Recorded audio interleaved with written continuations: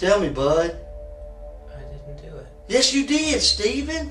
Your head's with the body. Quit lying. We want you to tell it so that way people will understand you're not a monster. Things just, you got out of control. It's a sickness. Stephen McDaniel was accused of killing his neighbor and law school classmate Lauren Giddings, who went missing on June 25, 2011 in Macon, Georgia. No one had seen her since Saturday because we all just, there's not a whole lot of interaction unless we're doing classes. Right. And she was doing the online version of it. You all studied together, though? We were in, there's two different people, there's two companies that provide it. Kaplan provides it and Barbary provides it.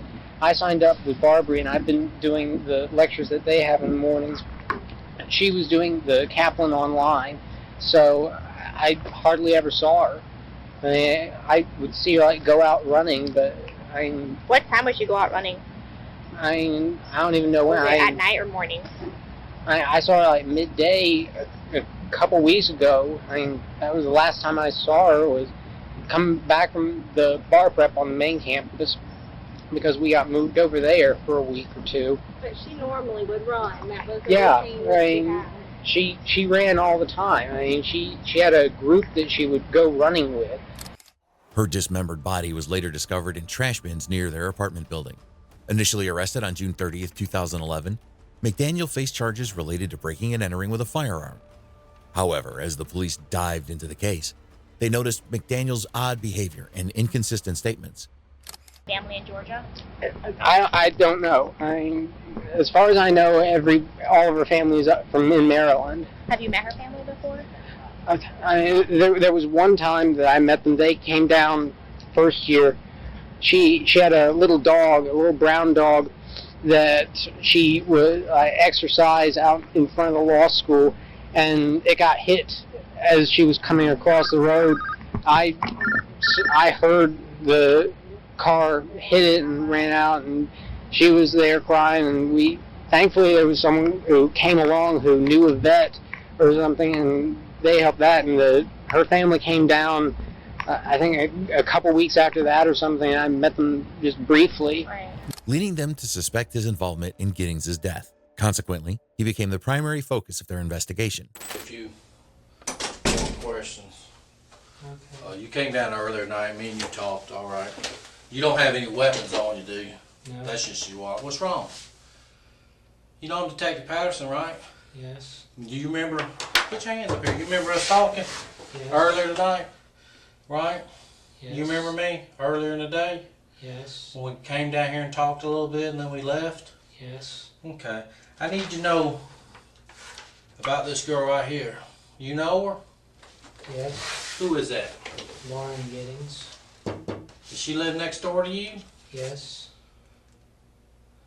When's the last time you seen her? 2 or 3 weeks ago. Okay. Was you friends with Lauren? Yes. Look at me when you talk to me, son. Okay? Was you friends with her? Yes. Close friends? We were good. I mean, y'all were friends, right? Both of Yes. y'all are law students. You're studying to be an attorney, right? Yes. What kind of law do you want to go into? Criminal law? Yes. Civil? Is that what you want to do for a living? Yes. Okay. Are you almost finished? Yes. Okay. So you don't have too much more to do, right? No. All right. Are you going to stay here in Macon? I don't know. Did you used to work at the district attorney's office in Macon? Yes. Was you on the prosecutor side or the defense side? Prosecutor. So you were on our side. Yes. Right. You never worked on the other side? No. Did you like it when you were down there? Yes. Got along with everybody? Yes. Okay. And you've lived next to Lauren for a long time? Yes. Okay. Do you know where she's at tonight? No. No. Have you ever seen her with that dress on? No. You have no idea where she's at?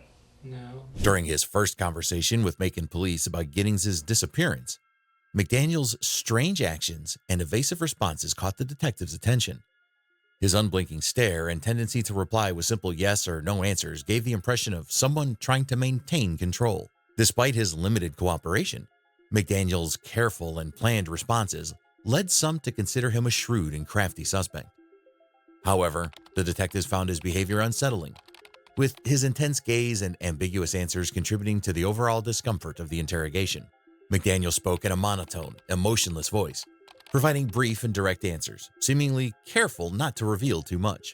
Detectives, noticing his strange behavior, attempted to simplify their questions, almost as if addressing a child, in the hope of extracting more information.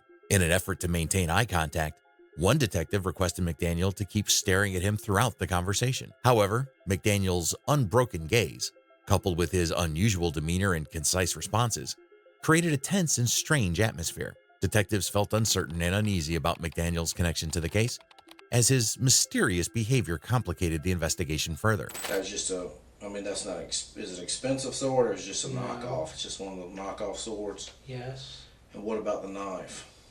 Which knife? The big, the one that was, remember you showed me it was dull? Yes. What kind of knife is that? Because I don't know. Kukri. I mean, where do you get something like that online? I bought it from a friend. Did you have any other knives in the house Yes. that I didn't see? Because you didn't show me no other knives. That's the only ones you showed me. What other knives did I miss? There's a pocket knife that's on the table. Are you a knife collector or a knife person, or No. you just like knives? I used to collect swords. I mean, do you know your swords? Yes. I mean, to sell and trade swords? No. But you just bought here and there? Yes. But you wouldn't consider yourself like a sword expert? No. Okay. Because, you know, they have that TV show where they sell stuff, you know, at night on Yes. TV, but I don't know what it's called, the knife shop or something like that. Have you ever seen what I'm talking about? I don't know if you have Yes. cable TV or not. Alright.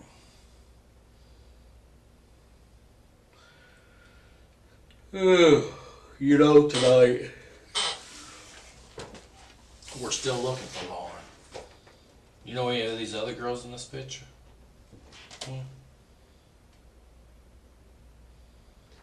I know that she goes to the law school, but I Okay. can't remember her name. So she's studying to be an attorney too? Yes. Okay. Is that how Lauren looked with the long hair the last time you seen her? Yes. Or she got, that's how she looks?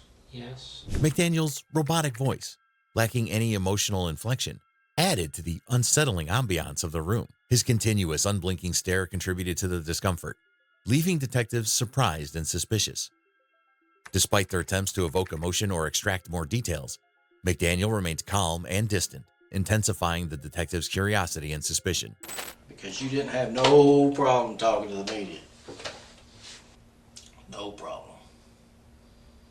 So you can just snap out of it and tell me what the hell happened so we can move on. I don't know. Well, how many times you gonna say I don't know? How many times you gonna say it? When are you gonna say I remember, but I don't want to remember what happened to her? How many times you gonna say that? If you did something that you regret, you need to let me know. I didn't. Well, who did? I don't know. Well, a body was found over here, right next to where you live. And what do you have in your apartments? A lot of knives. A lot of guns, right? Yes. And I'm asking you about it, and you're just saying, I don't know. That's all. That's the only answer you can give is I don't know. But 6 hours or a couple hours ago, you was out there telling the media everything. You didn't stand in front of that camera and say, I don't know. You were actually answering questions. Right? How many interviews did you give? 3? I don't know. Well, you gave like 3. Do you think that was a proper thing to do when a mother's looking for her child?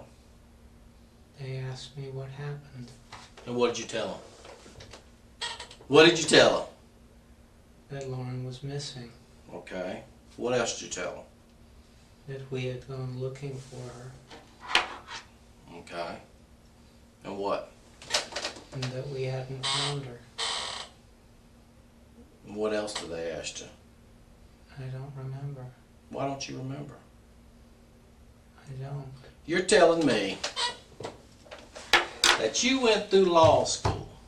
Well, you went through college first, right? Did you graduate from college? Yes. Now you're in law school. Did you graduate from law school? Yes. But you don't fucking remember what they asked you this afternoon? No. Huh? I just don't fucking believe that shit. Jokes ain't up yet. What's up, buddy? You talked to him about his guns? Yeah. When was the last time you shot those guns? I haven't. You've never shot a gun? No. Have you ever shot any gun in your whole life? No. Never. No. As the questioning continued, McDaniel's robotic responses persisted, even when another detective entered with a more energetic approach. Hoping for a change in McDaniel's demeanor, the suspect's behavior remained unaltered, detached and devoid of emotion. The contrast between the detective's optimism and McDaniel's indifference heightened the tension in the room. Despite varied approaches, McDaniel continued to resist opening up, leaving the detectives frustrated and bewildered as they sought to uncover the mystery surrounding Lauren Giddings and McDaniel's potential involvement. Who's your best friend? Michael Quinn. Michael who? Quinn. Who is he? He was a law student with me. Is he still a law student? No, he graduated When was the last time you talked to him? before he moved up to Boston. How long ago was that? A few weeks. A few weeks, like a month, 2 months, 2 weeks, 3 weeks, what? The beginning of June. Beginning of June? Beginning of June. Okay. So let me ask you a question. How? You say you don't know where Lauren is, right? Right? You told me earlier you and Lauren were friends, right? Yes. How would you describe y'all's relationship? She was my friend. She was your friend. What did you ever do things for her? Did she ever do things for you? What did she ever do for you? We talked. We talked. What y'all talk about? News. The news. Okay. Earlier you was telling me something about you fixed her computer before. I couldn't fix it. You couldn't fix it? What was wrong with it? I don't remember. How long ago was that? Around graduation. Well, how long ago was that? Middle of May. Middle of May? So you were over in her apartment in the middle of May? Yes. Have you been over there since then? Yes. When was the last time you were over there? Last night. Before last night. Have you ever been over there with Lauren since the time you worked on her computer in the middle of May? No. How many times have you been in her apartment with her hanging out? I don't know. When the detective inquired about Stephen's best friend and their last encounter, McDaniel continued responding with robotic indifference, displaying no emotions. The detective hoped discussing someone significant might evoke a different reaction, but McDaniel remained distant and unresponsive, showing no signs of feelings or remorse. This unchanged behavior posed a significant challenge for the detective, making this one of their toughest cases. McDaniel's composed and disinterested demeanor seemed impenetrable, like an uncrossable barrier. Vacation for the last couple of weeks? No. You been home every night? Yes. Has she been at home every night? I don't know. Has she been on vacation? I think she was away for a while. How long? I don't know. Were you looking for her? No. Let me tell you, even if I didn't talk to my neighbors, I know if my neighbors have been in and out. I hear them come in, I hear them go out. I see them when they walk by my window. I've lived in apartments most of my life. So the fact that you haven't seen her in 2 or 3 weeks, that's just odd to me. I'm going to be honest, it makes me feel like you're not being honest with me, Stephen. Why would you not be honest with me? I am being honest. Stephen, it just doesn't feel like it, buddy. You know, I get the sense that there's something weighing heavy on your heart right now. And it's breaking you down. And you feel bad about it. I can tell you haven't slept much, have you, in the last few days, have you? No. Like something's weighing on your mind, ain't it? We were looking for Lauren. You started looking for Lauren yesterday. Yes. But you haven't slept in several days, have you? Yes. You have? Yes. Earlier when I talked to you, you said you hadn't slept in days. That this morning was the first time you was able to get any sleep, was this morning for a little bit. No. Yes, that's what you said. That's what you told me. So I asked you, well, if you haven't been able to sleep in several days, what have you been doing? Studying? And you said, yeah, studying. You don't remember that? No.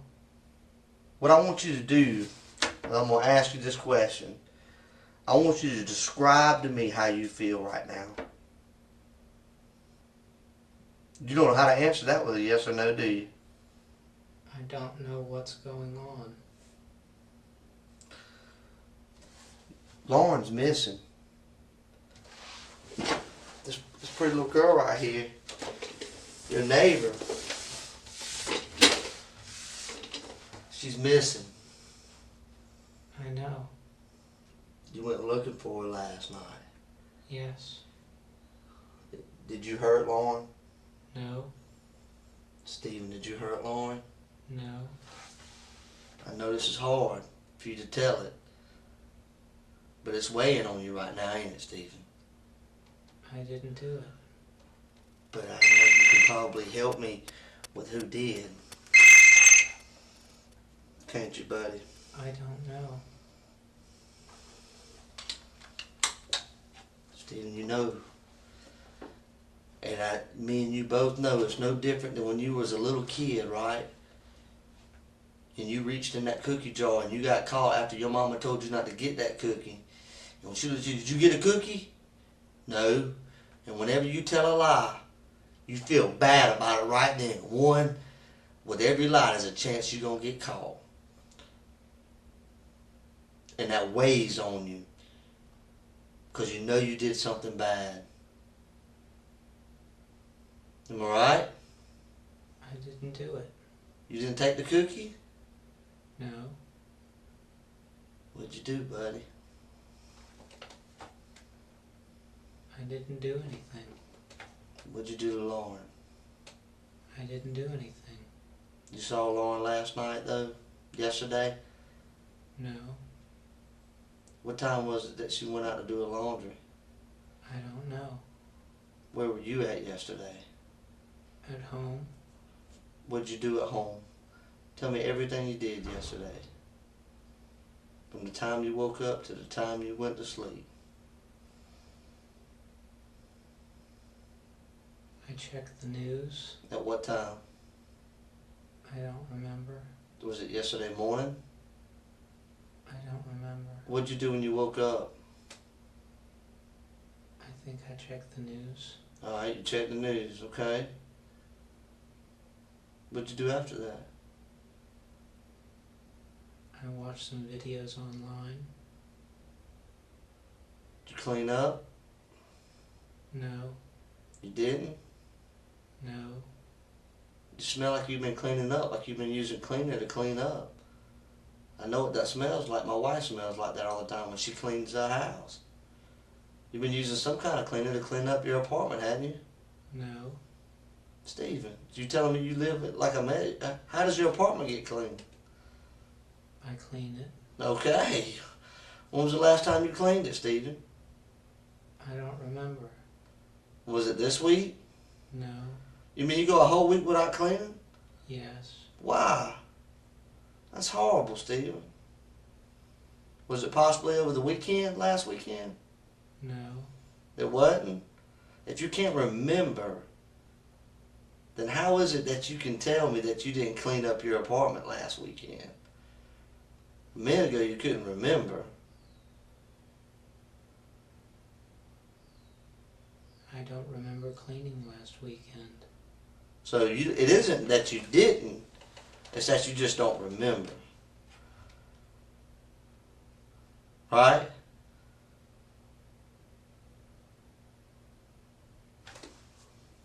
Help me out, buddy. Right? I don't understand. You don't Understand? We have skills to be able to observe things, to hear things, to see things. There are natural things out there that draw our attention every day. Such as when you're driving down the road, if somebody hits the horn, you look around. You know what I'm saying? Yeah. That's just a natural reaction. If you're sitting in your living room, you hear the door slam next to you, you automatically think, my neighbor's home. Right? You're telling me that those kind of things don't happen in your life. You asked if I watched. I didn't watch. Have you noticed that she's came in and out of her house in the last week or two? I don't remember. What do you remember, Stephen? The last time I saw her was 2 or 3 weeks ago. Where at? She was going out running when I was coming in. Where were you coming in from? Bar preparation. Bar preparation.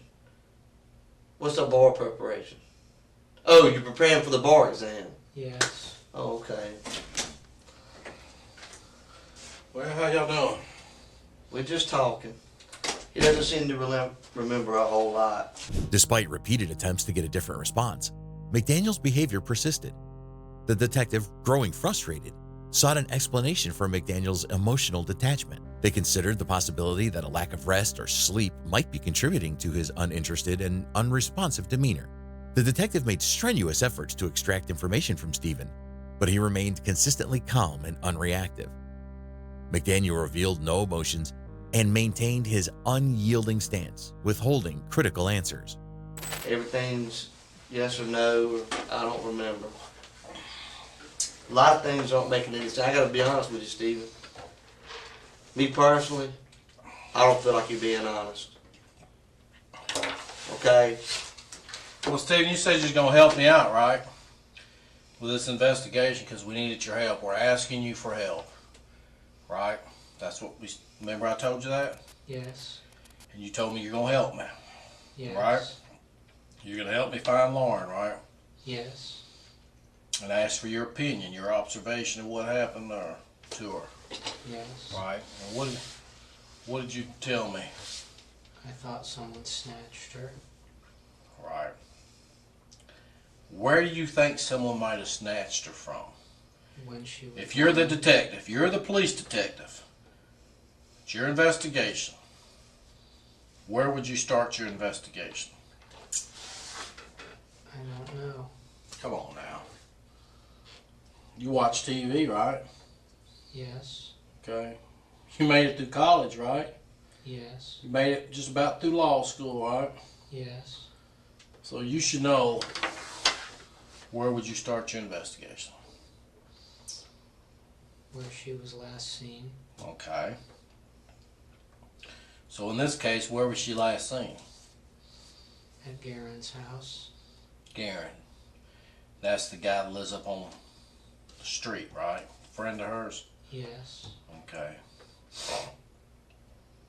Alright, and that was on, I think she left there on Saturday morning. Yes. Am I right? Okay. Now, where do you think she went from their house? I don't know. Alright, you're the detective now. Right? It's your case. What would you do?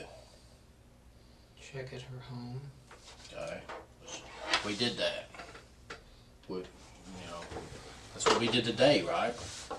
Yes. So you saw us out there when we knocked on your door. She's not there.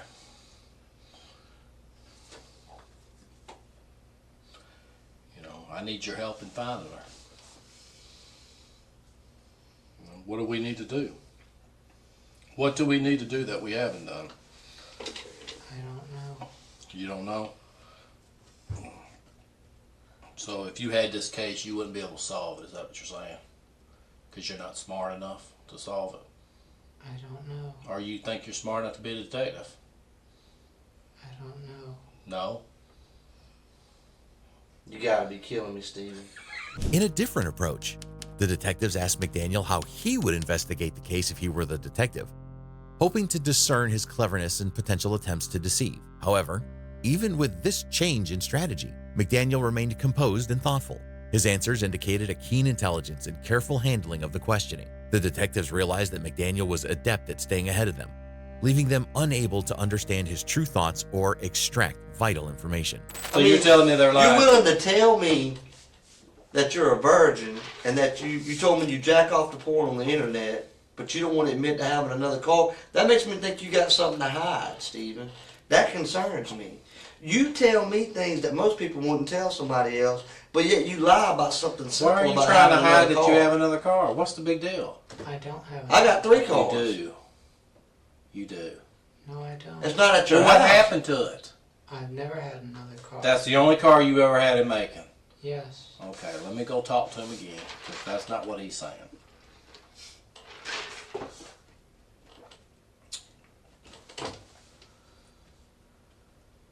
Stephen,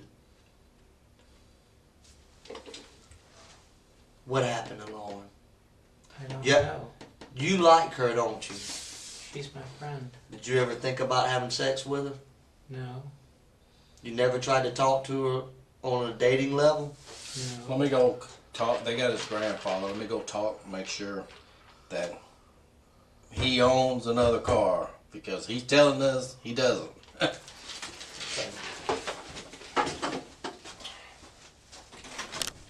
Be right back. So you telling me, you see that pretty girl right there? Yes. You telling me you looked at a pretty girl like that and you never once thought, ever, man,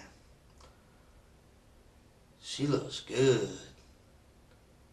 You never thought that? I don't understand. What do you mean you don't understand? You know how when you're sitting there you see a girl walking down the road and you say, man, that girl looks good. You ever see a good looking girl where you think to yourself, man, that girl looks good? Yes. You never thought that about her? Yes. So you mean to tell me you look at porn on the internet and get off to that, but you never looked at her and said, man, I wonder what it'd be like to have sex with her? Yes. You have? No. Have you ever thought about what it would be like to have sex with Lauren? No. You've never imagined having sex with Lauren? No. Have you ever had sex with Lauren? No. What do you know about that body we found today? I don't know. You don't know? What if I told you that I believe that you do know? I don't. What if I told you that I could prove it? I don't know. You don't know? Is there a chance? But you do admit that there's a chance that I possibly have evidence to show that you do have something to do with that body, correct? I don't know. You don't know? Because if I hadn't done anything, I'd say, nope, there's no way. But you say you don't know. Why is that? Why do you say you don't know? Is there a chance that maybe something's there? No. Why did you say you don't know? Because I don't know. Because you're worried about something? Maybe something that happened, that maybe something got mixed up with something and you're worried about that? No. Then why do you say I don't know? Because I don't know. How would you not know? If I was asking you, did you just rob a bank? If you didn't, you'd say no, not I don't know, right? Right. So why do you say I don't know? Because I don't know. You don't know if you had anything to do with that body? I didn't. You didn't? No. Are you sure? Yes. What if I said I could prove that you did? I don't know. Could you explain it? I don't know. Today you told an investigator that you were worried about us possibly finding blood in your apartment, didn't you? I don't remember. You did. Now why would you be worried about that? We all looked in Lauren's apartment. Did you see blood? No. Then what would make you think that there was blood taken over there? Nothing would make you think that unless you saw it. Because see, I didn't see no blood. None of the other Lawrence friends saw blood, but I know now that blood was there. And now I believe you saw it. You saw that blood. You know that blood was there. And that's why you're worried about it. No. Did you know? Why do you have blood up in the inside of your nose? I don't know. You don't know? But you saw that blood. That's the only way that you would be worried about it. Because that's like saying, I'm worried about red roses being under my pillow, but yet I never put them there. That doesn't make any sense. You know, your brain doesn't even think to operate like that unless you knew something was there. Does that make sense? That makes sense to you. You're a smart guy, right? The detective's frustration grew as Stephen McDaniel repeatedly asserted no sexual interest or connection to Lauren. McDaniel's composed responses seemed to irk the detective, who became increasingly upset. Buddy, I know this is hard, and I can tell it's on you. You want to let it go. There's blood in your apartment, Stephen. You didn't get it all up. It didn't all come off. You scrubbed and you wiped. But we can tell that. Don't you watch CSI? Yeah, we know it. Stephen, why is there blood in your bathroom? I don't know. Yes, you do know. Why, Stephen? I don't know. Has anybody else been in your bathroom? The police were in there. Other than the police? Who else has been in there? No one that I know. No one. And you recently cleaned your bathroom, didn't you? No, How long ago? I don't remember. A couple days ago? No, Over the weekend? no, No, you don't know. I don't remember cleaning it. Do you use drugs? No, You ever use acid? no, Are you on medication? no. You're lying, Stephen. I wanted to give you an opportunity to tell it. I wanted to be here with you to go through that process because I know you're not a monster, man. I know you're not a bad guy. You're just a hard-working student trying to pass a bar exam, ain't you? You ain't got a lot of support from your family, do you? Yes, You do? A lot of people can't say that. And the fact that you do have support from your family should make things easier because your family wants to feel like they've raised somebody that tells the truth and is honest, right? yes, Did you hurt that girl, Stephen? no. Despite the detective's efforts, McDaniel remained mysterious, as if engaged in a battle of wits.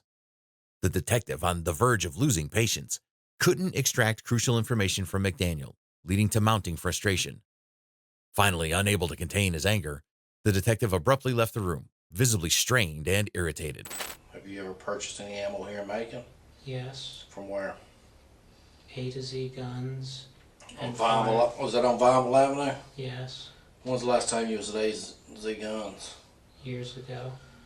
Do you have a permit Yes, to carry them? You do? Here in Bibb County? yes, Okay. You applied when you was working down at the county or I something? applied last fall. Okay. So you have your card. Yes, Is it with you? yes, Can I see it? They still make you take your fingerprint down there? yes. Let me see your card. How much does it cost now? You remember? Around $80.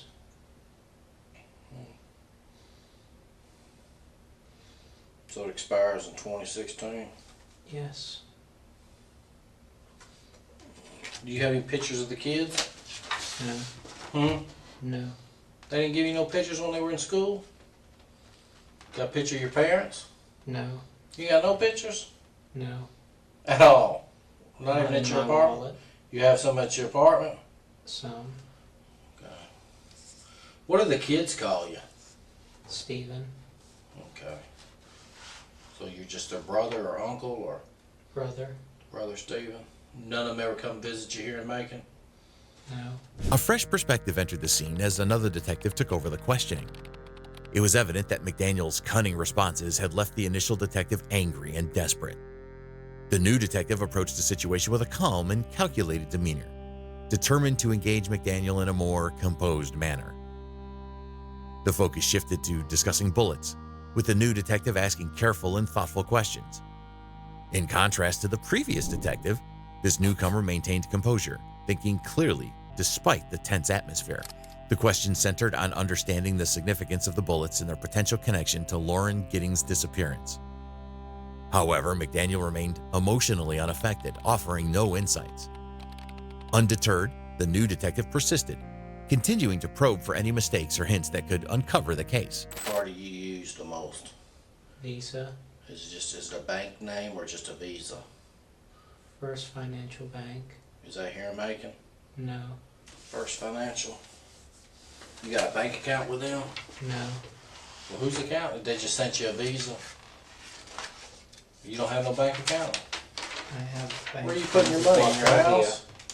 You putting all your money in your house? I With have- all the food you got in there? I have an account with Wachovia. Here in Macon? Yes, Do you buy your stuff at Walmart with this Visa card? no, Oh, how do you usually pay for stuff at Walmart? with cash. Do you have a job? No, Well, how do you get cash? student loans. So you're just living off your student loans? Yes, The detective dived into McDaniel's financial background, inquiring about his use of credit cards, cash, and employment status. However, McDaniel's behavior during questioning remained disconcerting. He maintained an unsettling and intense stare, never averting his gaze from the detectives. His responses were delivered in a flat tone, offering brief and mechanical answers that lacked meaningful explanation. Do you have any black trash bags in your apartment? Like, that you use for trash? no, Can you help me? Do you know where any black trash bags are in that apartment complex? I don't Have you know. ever seen any around? Has someone been over there cleaning up, or have you ever seen anybody painting in an apartment? Have you seen any painters? Because you're home most of the day, right? Yes, Have you seen any of that? no, Do you know when the garbage man usually comes over there? no, Do you know anything? yes, What do you know? I asked you for help. What do you know? You haven't provided me with nothing. I mean, when's the last time you were in that laundry room at the apartments? last night. What were you doing last night? Luke and I were looking for Lauren. Did y'all see anything unusual or out of place? No, Okay. there was one washer that had clothes in it. Whose clothes were they, do you know? Luke said they looked like a guy's clothes. But you didn't look in the machine? I didn't look into it. I haven't since I got it back. Where'd you get it back from? My parents. What'd they have it for? Their van was in a wreck. So, what'd they do, come get your car, or? Yes, So they came to Macon and got your car and then left? the wreck was down here. Oh, in Macon? Yes, So they were staying with you when they were in the wreck? no, Well, what were they doing in Macon? the van was going to be worked on. Here in Macon? Yes, Well, where's the van at now? Do they got it back? it was totaled. So they were in Macon and they were in a wreck in Macon. My mom was. And she was down here in Macon because, The air conditioner was malfunctioning. why was she in Macon though? Because there's a place in Macon that's the best at air conditioning repair. And you told her about to come down to Macon to get her air conditioner fixed? No, Well, how do you know that? she told me. Oh. So she just drove to Macon to get her air conditioner fixed. Yes, She was in a wreck. yes, Totaled out her car, her van. yes. So she came to your house to get your car. I drove her back. I was following. You drove her back to where? To my apartment. Where was the van? It was towed. Okay, because it's told. She stay at your apartment, spend the night with you? No, She stayed just a few minutes and leave, or what? she stayed about an hour. When's the last time you talked to your mother, Glenda? I don't remember. Has it been a while? It's been a few days. Do you call her every day? No, You don't check on the kids? no.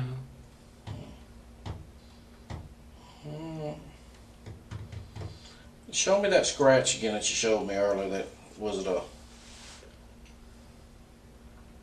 What did you say happened there? I think I scratched myself in my sleep. Huh. Are you going to be able to help me with this case or not? Because I need to tell the parents.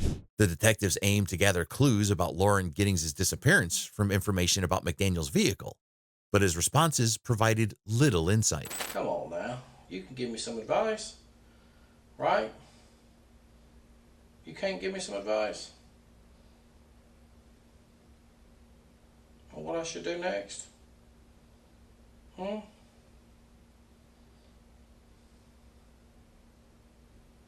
You can't tell me what you think I should do next? I don't know. Well, we found a body outside the apartment, right? We know that, right? Yes. You saying you didn't hear or see anything the whole time you've been there over the weekend, right? Right. We've talked to you, right? Right.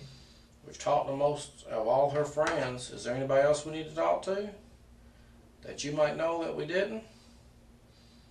I don't know.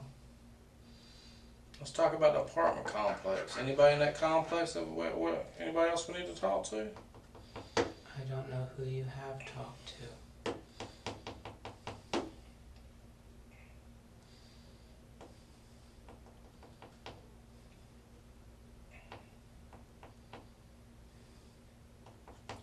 Who lives below you? An older woman and her son. Were they home tonight or today? I don't know. You didn't see them? No. Do you ever see them? Yes. But you don't know if they were home today? No. She doesn't have a car. So it's really hard to tell if they're home. Yes. You ever talk to her? Yes. She work anywhere? I don't know. Do you ever get tired of saying I don't know?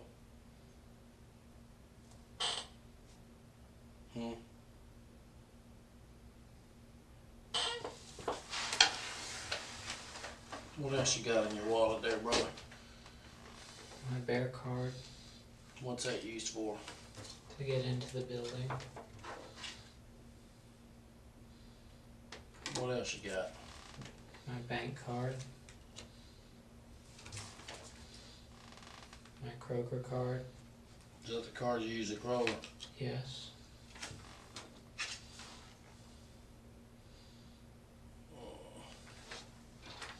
I'm gonna write down this number. Since you don't know the last time you were there, I'm assuming you used your card when you were there, Yes. right? I always use my card. That's why I'm gonna write down a number.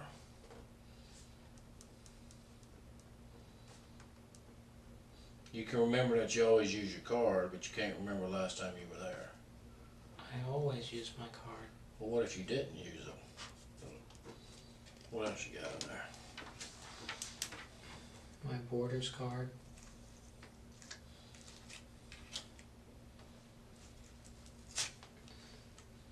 An ink card.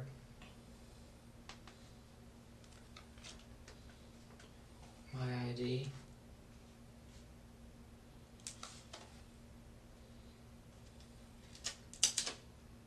What's that? A voter registration. What's that, Mercer? What's that? Mercer Law Cab card. What's that? Use a free cab ride home? Oh, that's just the phone numbers. Numbers for cab companies. Here in Macon. Alright, what's that card right there? GameStop. Okay. No phone numbers or anything? No.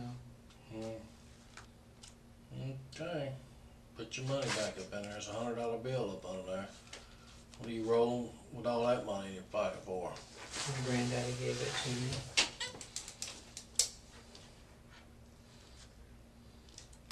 Do you take any medication? No. Have you ever taken any medication? No. Do you have any kind of mental problem? No.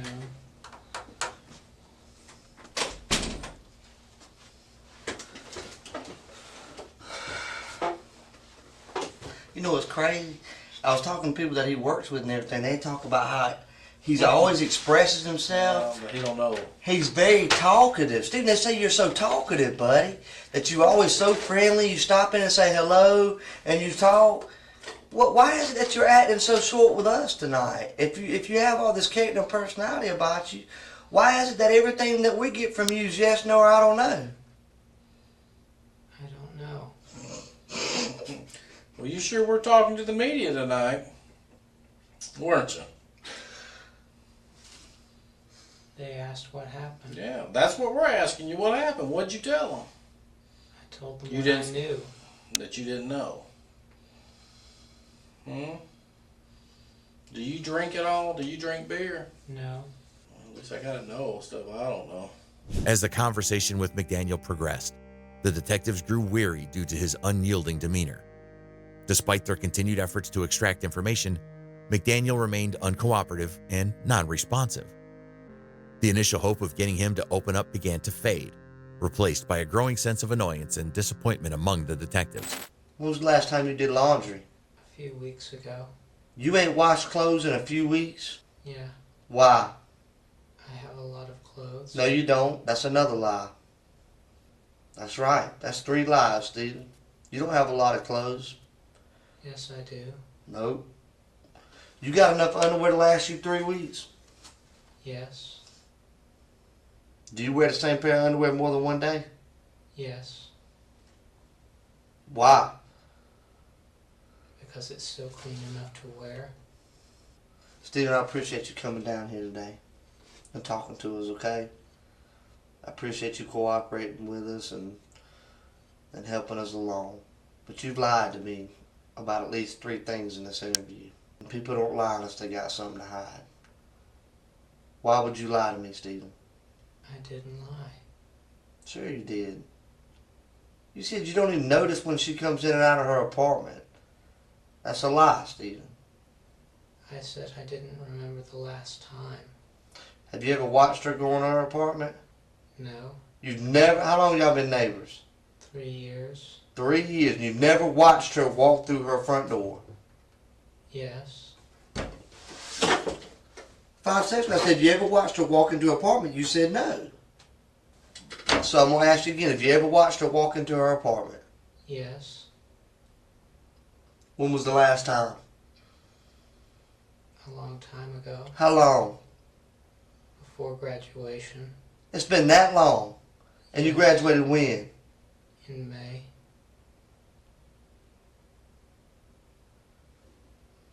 Beginning of May, end of May?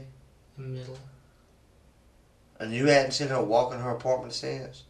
No. Did you ever help her carry up groceries and stuff like that? No. Never. No. You ever help her carry her laundry? No. She's never needed your help with anything? She asked for help with the computer. You ever offer help with her for anything, carrying stuff for her, anything like that? Yes. Like what, Stephen? When she was moving out during the first summer, What did you do? she needed help moving stuff to her car. And you helped her? Yes. So you went in and out of her apartment moving stuff? Yes. How long did you help her? A few minutes. That's it? Yes. Do you realize how you're talking right now? Does it not feel weird to you? No. Would you say that this is how you talk all the time?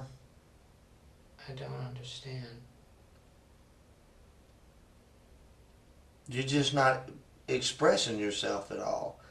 Everything's with you is yes, no, I don't remember, I don't understand. You can't help me out with anything. There's nothing you can tell me to help me about this beautiful girl right here, Stephen. That was your friend. Nothing. You gonna let things go down like this? I don't know what you want. I want the truth, Stephen. I don't know where she is. The detectives approached Stephen McDaniel with different tactics, one assertive, the other attempting a more understanding approach. Despite their strategic planning, McDaniel remained unresponsive and composed, steering the conversation with his robotic and evasive behavior. This caused frustration for the detectives, who struggled to extract the desired information. Where? I don't know. Stephen. You gonna look at this right here, this little girl right here, and you gonna say you don't know? I know you know. I don't know. Yes, you know. What are you gonna say tomorrow when I say we got your hair with the body? What are you gonna say to me then? Because you know, like I go like that. Look at my hair. That's how easy it falls out. Look at all that on your head. You don't think none fell out? It did. It did, Stephen. We just wanted to give you an opportunity to tell it, so you didn't look like a monster at the end. Because you know what? I don't believe that you're a monster, Stephen. I believe that you're a good guy. You've been picked on. Girls didn't show you the respect that you deserved. You did something stupid. And I believe you feel bad about it. And that's why you're all freaked out right now. But I'm giving you the opportunity to get right. I'm giving you an opportunity to show everybody you're not a monster, that you feel bad about what happened. Your hair's there, man. Your hair is there. We got your hair with the body. How's that, Stephen? I don't know. Yes, you do know. Yes, you do know, Stephen. That's right, buddy. See that? Look at it. See how easy? It happens. And it happened to you. Why, Stephen? I don't understand. Oh, you understand. You understand exactly what I'm saying. See this stuff right here, your hair? Yeah, it fell out of your head when you was moving the body, Stephen.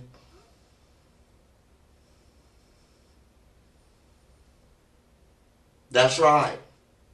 Do you remember moving the body? No. Yes, you do, Stephen. Why, man? What happened? Why? Tell me, bud. I didn't do it. Yes, you did, Stephen. Your head's with the body. Quit lying. We want you to tell it so that way people will understand you're not a monster. Things just, you got out of control. It's a sickness.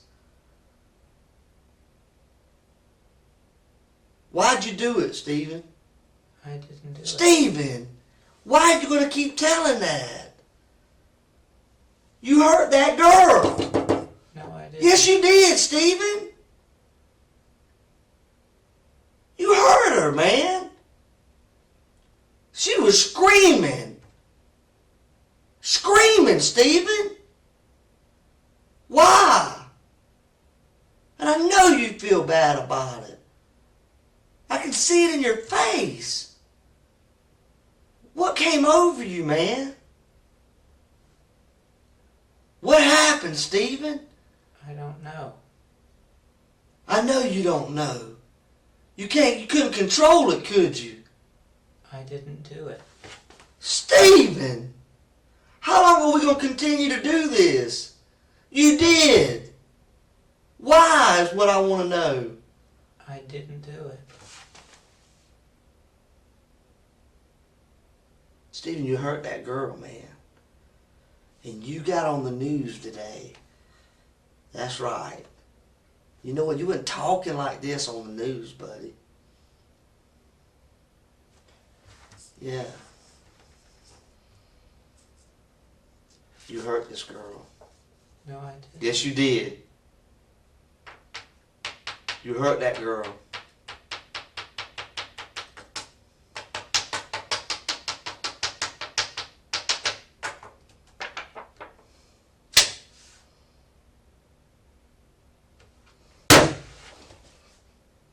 Why'd you hurt her, Stephen? I did. You hurt that girl. Did you try to make her have sex with you? I didn't. Huh? Who did it? I don't. They got your hair? They steal your hair and take it over there? Stephen, they steal your hair? They didn't, did they? Did they, Stephen? That's right. It's all sinking in right now. He knows, is what you're thinking. Stephen, I don't want it to be a game between me and you. I know it hurts, and I know you're not an awful person and you want to tell it. Your hair was there, Stephen. We've all known it all along. We wanted just to give you an opportunity to tell what happened. Did y'all have sex? No. Did you try to have sex? No. You think about having sex? No. Liar. What kind of man doesn't think about having sex? You said earlier you like girls, right? Yes. You said she's a pretty girl, right? Even the bad cop detective's final determined effort failed to elicit a change in McDaniel's demeanor. The session concluded without significant details provided by Stephen. The detective, in the pink shirt, previously forceful, appeared visibly shaken. Despite his years of experience, he found himself dealing with McDaniel's unemotional and uncooperative responses. Throughout the 2-hour conversation, Stephen maintained a steady and controlled demeanor, consistently responding with simple yes, no, or occasional I don't know answers. Whether this was a deliberate act or a manifestation of stress remained unclear. McDaniel's ability to dictate the course of the questioning left the detectives uncertain about their next steps. As they struggled to gather crucial information and realized they might lack sufficient evidence to detain him. That up until the last couple of weeks of your case, I was strongly in your corner. But this computer evidence that came in from the GBI, the fact that you peeping in Miss Giddings' apartment, that was very important. But the basis of plea was that kind of evidence that came in, plus the graphic, specific, detailed confession that you made to Frank Hogan and I, which we were shocked about in the jail, and which you went into terrific detail about how you killed Lauren Giddings, how you went about decapitating her, carving up her body, how you even sat down and cut off every finger and thumb and appendage on her hands and threw them all in the toilet and flushed it at one time. And then combine that with the searches on the internet, the fact that you had done searches about having sex with dead people, things of that nature. All of that combined to a heavy, heavy evidentiary problem in your case. On top of that, you possess the most horrific child pornographic photos I've ever seen. And I've been practicing law for 33 years. I mean, we don't know if this is the same person. You know what I mean? Like, they took out a body there earlier. We don't know if it's the same person or not. So that's how we're trying to ask people if they know who lived there. Are you okay, sir? I think I need to sit down. Okay.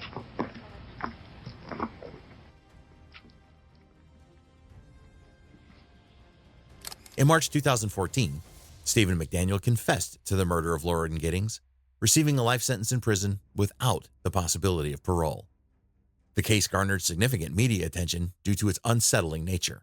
If you want to watch more of these shocking interrogations, please subscribe to the channel.